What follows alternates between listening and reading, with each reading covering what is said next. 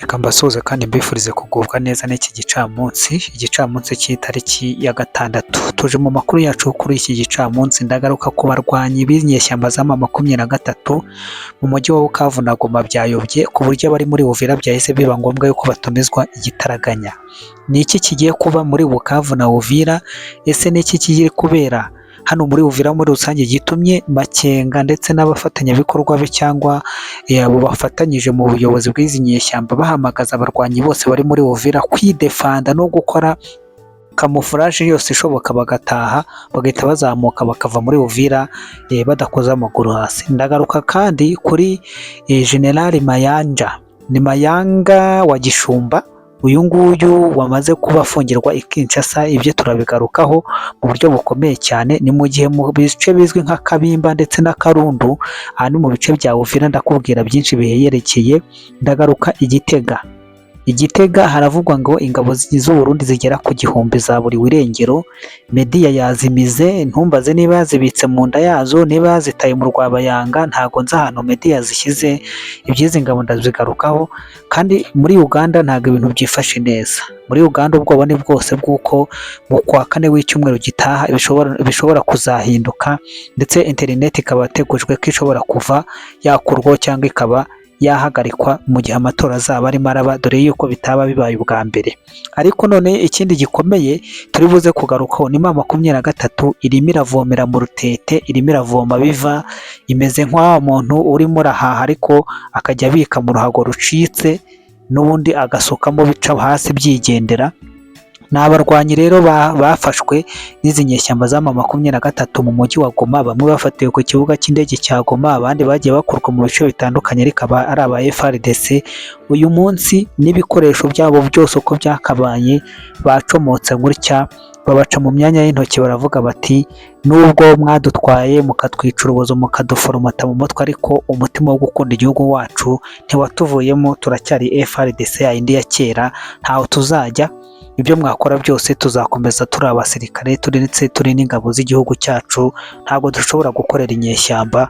Ibyo mumwigira byose ntabwo byashoboka. Sawa, aba njo bandugu yetu wenye banatoka kwa M23 ne barikuwa ba FARDC. Sai tunawapokea kumuvoma pariko tukuru yenye naongozwa na General Mutayomba na obusiransi yake Maisha Ndagijimana Theo, mwenyewe anajulikana kwa jina ya Lenge Fenge.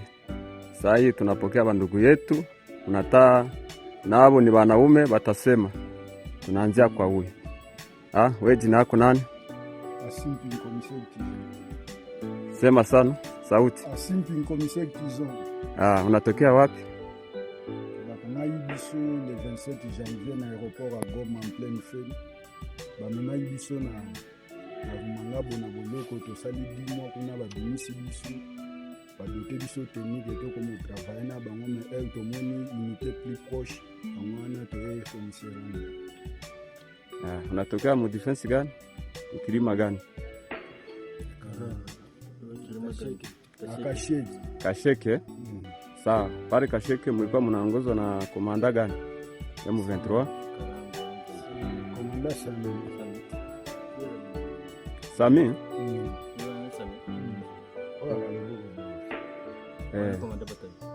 Alikuwa komanda batayo, alikuwa ndio. Mlikuwa bangapi pale mu defense?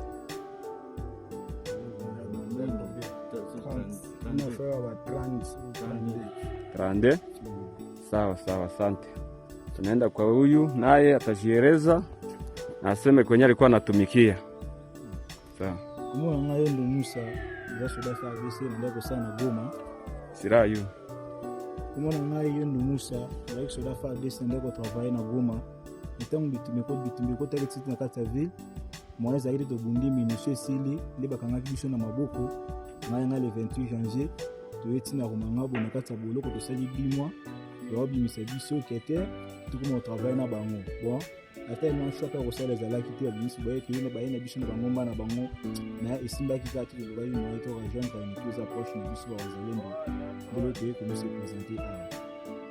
Sawa, asante. Na ulikuwa pamoja na huyu mu defense moya? Sawa, Kasheke. Tunaenda kwa huyu naye tajieleza.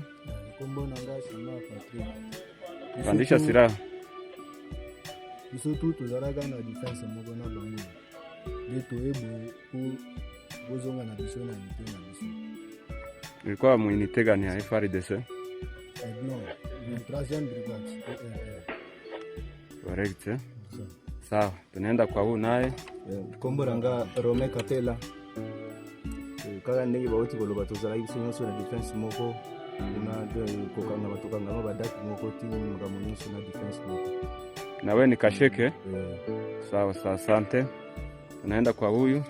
Kombo nanga Bumpini John. Nazali soda ya base logistique ya Goma.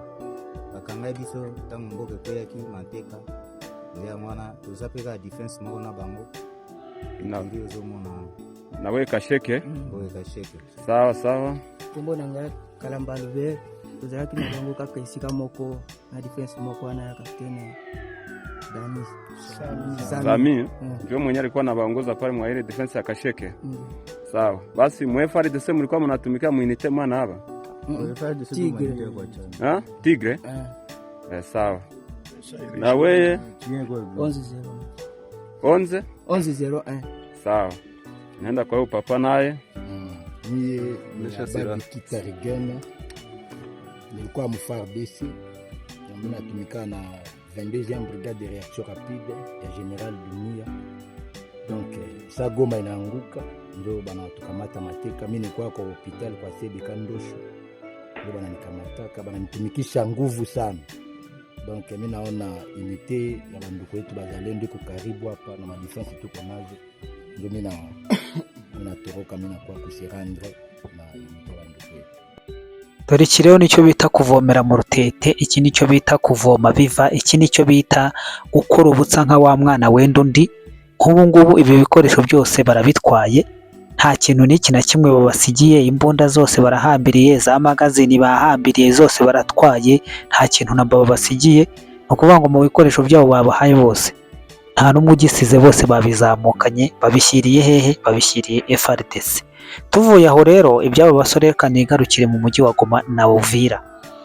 Ni amakuru yamaze kujya hanze kuri uyu munsi w'itariki ya 6 yuko igisirikare gikuru cy'izi nyeshyamba gikorera igoma mu bice bya za Rucuru niyo ngo za Goma mu mujyi, bamaze gutomeza abarwanyi babo bose babarizwa mu mujyi wa Uvira ko bagomba guhita bawuvamo mu gihe kitarenze amasaha 96. Ubwo ni igihe kitarenze iminsi 4 kuba bavuye Uvira bagahita bazamuka basubira Goma na Bukavu. Ni iki kibaye rero? Ni iki kigiye kubitera?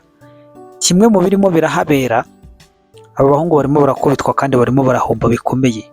Noneho urona bari bafite Uvira nka agisi nziza yo kwifashisha Uvira Fizi, bakazagera Baraka, ibikoresho bari barabijyanye bararunzeyo baragize bateye, urumva imbunda ibihumbi n'amagana, amasasu ubwo urabyumva, mu boxi za magazine n'ibiki byose bigendana nabyo bari baratwaye, biteguye yuko ruzakubita rimwe Baraka bakaba bayicakiye. None umwe mu bari babafashaga muri ibi bikorwa yafashwe. Nyuma yo gufatwa arababwira ati nimugende Baraka mureba hanaha harunze habitse ibi stock, areba stock binini bibitsemo ibikoresho by'izi nyeshyamba twari twarabatwaje. Ubwo ni ukuvuga ngo tayari isosa yimenamo inshishi, icyo bari biteze kuzafata bakibuze. Urwo bari barateguye ko bazakatira Baraka nibo barukatiwe, ibikoresho barabihombye, imbunda barazihombye, amasasu, amagrenade, amamagazini byose, equipment zabo zose zari zaroherejwe zose zibapfanye ubusa. Rero bashobora kubigoma barebye bakavuga bati n'ubundi intego twari dufite ya Baraka iradupfanye, ibyo twendaga kuzayikoramo birahise bihagarara. Niba bamaze kutuvumbura yuko twari twarashyizeho ibikoresho, n'uwakwibeshya akahakandagira nta mahoro yahagirira. Ikindi ubwo birahita byumvikana neza yuko uretse kuba hariyo bino bikoresho, uyu musirikare wafashwe araza no gutangaza n'ibindi byinshi birenze iby'ibyo bikoresho. Aravuga abo bafatanyaga, aravuga uwabatumaga, aravuga uburyo ki babitwaragamo, abazarendo bafatanyaga nawe, aravuga aho babibikaga. Araza aho ndatekereza yuko ari bunimerote kamwe ku kandi ku bigendanye n'aba barwanyi ndetse na strategy zabo, kuko bagiye kumugirira icyizere cyo kumuha iki kiraka bavuga bati ntazatuvamo, ariko birangiye ibyabo byose byikomye hasi, bibaye nka ya nzu yubatswe ku musenyi itazamara kabiri. Ngayo ngo uko ibyabo Rero hano ndareba mu gihugu cy'u Burundi ngo hari abasirikare bagera ku 1000 ngo baburiwe irengero. Rezo sosiyo z'izi nyeshyamba za M23 zamaze kwica abasirikare 1000, abandi zirabamira, abandi zirabarigisa.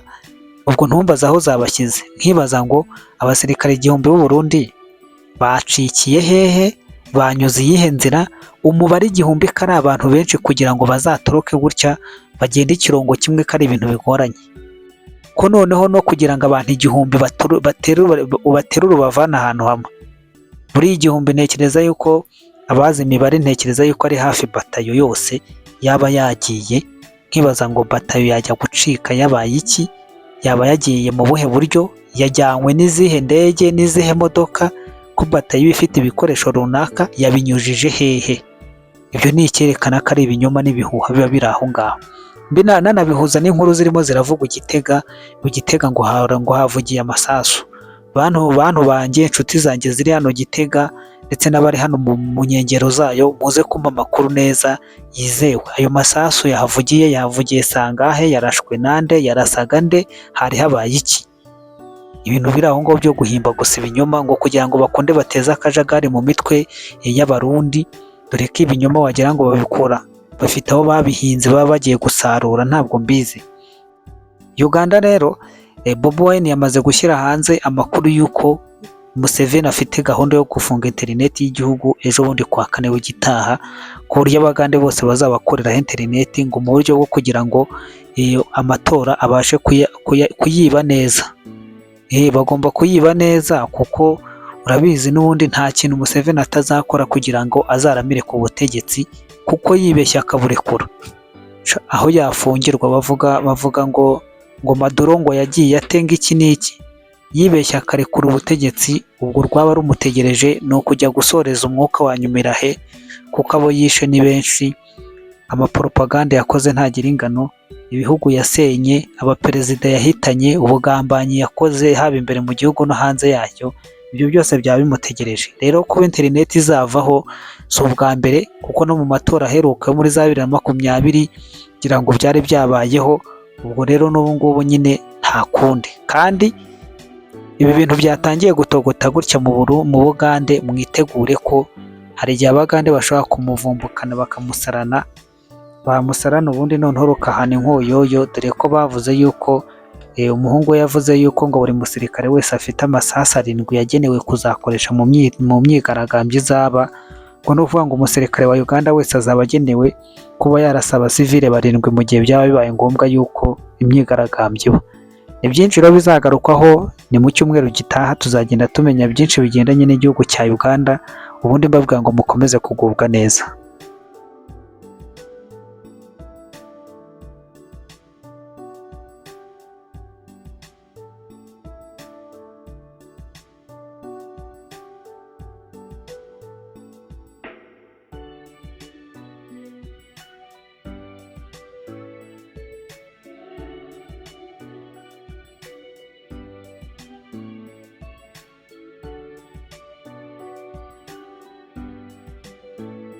This video is not default to promote any terrorist, violence or hurting.